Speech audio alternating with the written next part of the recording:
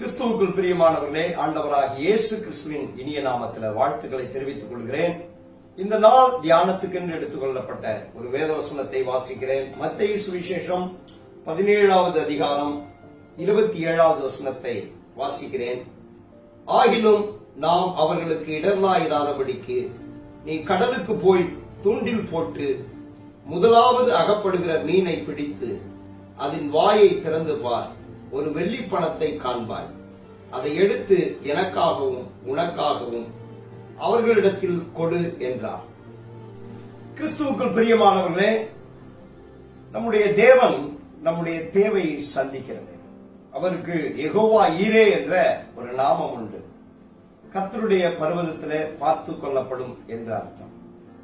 நம்முடைய தேவைகள் எதுவாயிருந்தாலும் அவரை சார்ந்திருக்கிறவர்களுக்கு, அவரை விசுவாசிக்கிறவர்களுக்கு, அவரை நம்பி இருக்கிறவர்களுக்கு அவர் தேவையை சந்திப்பார்.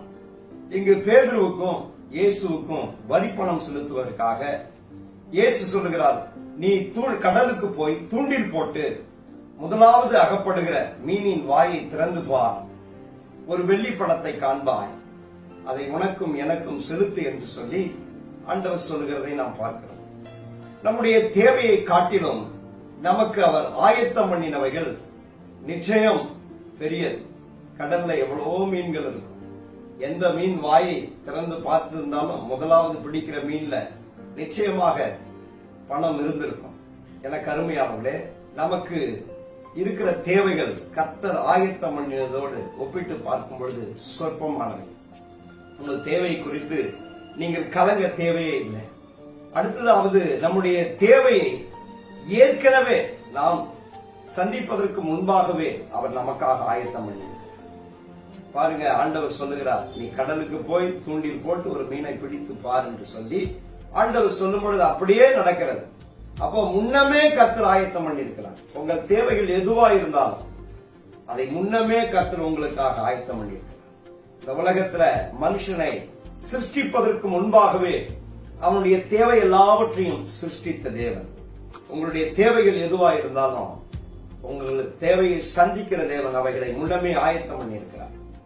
அது மட்டுமல்ல, நம்முடைய தேவையை சந்திப்பதற்கான நேரத்தையும் வழியையும் அவரே தீர்மானிக்கிறார். நீங்கள் ஒன்றை குறித்தும் கவலைப்பட தேவையில்லை. எப்படி இதை சந்திப்போம், எப்பொழுது இது கிடைக்கும் என்று சொல்லி நீங்க கலங்க தேவையில்லை. ஏனென்றால் அவர் நேரத்தையும் அவர் வழியையும் அவர் அறிந்து வைத்திருக்கிறார். நிச்சயமாக உங்கள் தேவையை ஆண்டவர் சந்திப்பார். அது மட்டுமல்ல, நம்முடைய பிரயாசத்திலிருந்து கர்த்தர் நமக்கு பலன் கொடுப்பார்.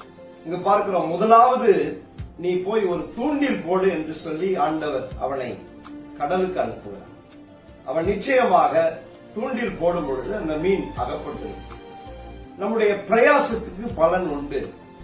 கர்த்தர் நம்முடைய பிரயாசத்திலிருந்து தான் நமக்கு பலன் தருகிறார்.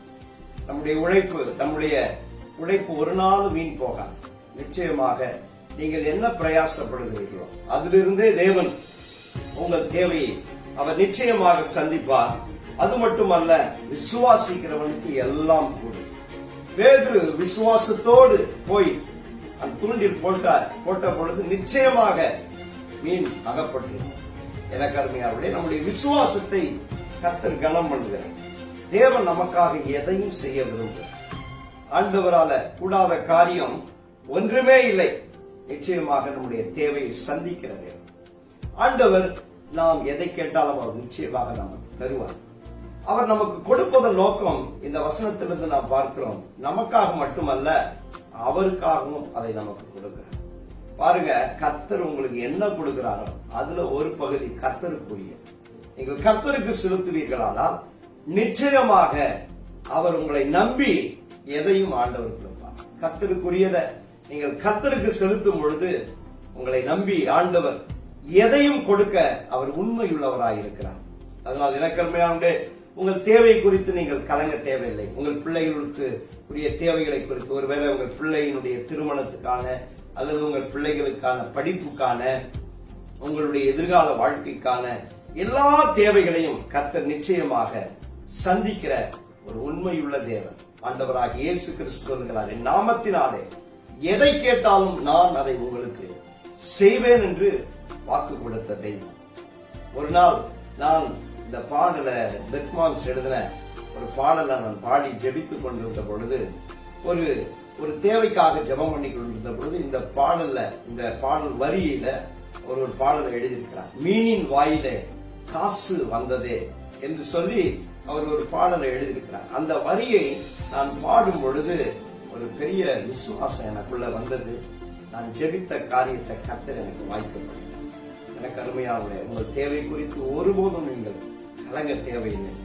எதுவா இருந்தாலும் என் ஆண்டவராக இயேசு கிறிஸ்து நிச்சயமாக சந்திப்பார். கர்த்தர் தாமே உங்களை ஆசீர்வதிப்பார். உங்களுக்காக நான் ஜெபிக்கிறேன். எங்களை அதிகமாய் நேசிக்கிற நல்ல பிதாவே, இன்றைக்கு ஆண்டவரே, உங்களுடைய பிள்ளைகள் என்ன தேவையோடு இருக்கிறார்கள் என்று நான் அறியேன், ஆனால் நீர் அறிவீரப்பா.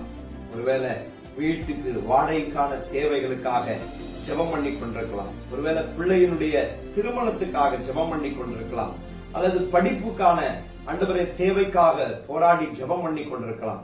என் தேவனாகிய கர்த்தர் அவர்கள் தேவை எதுவா இருந்தாலும் ஆண்டவரே, நீர் ஒரு அற்புதத்தை செய்யும்படி நாங்கள் ஜெபம் பண்ணுகிறோம்.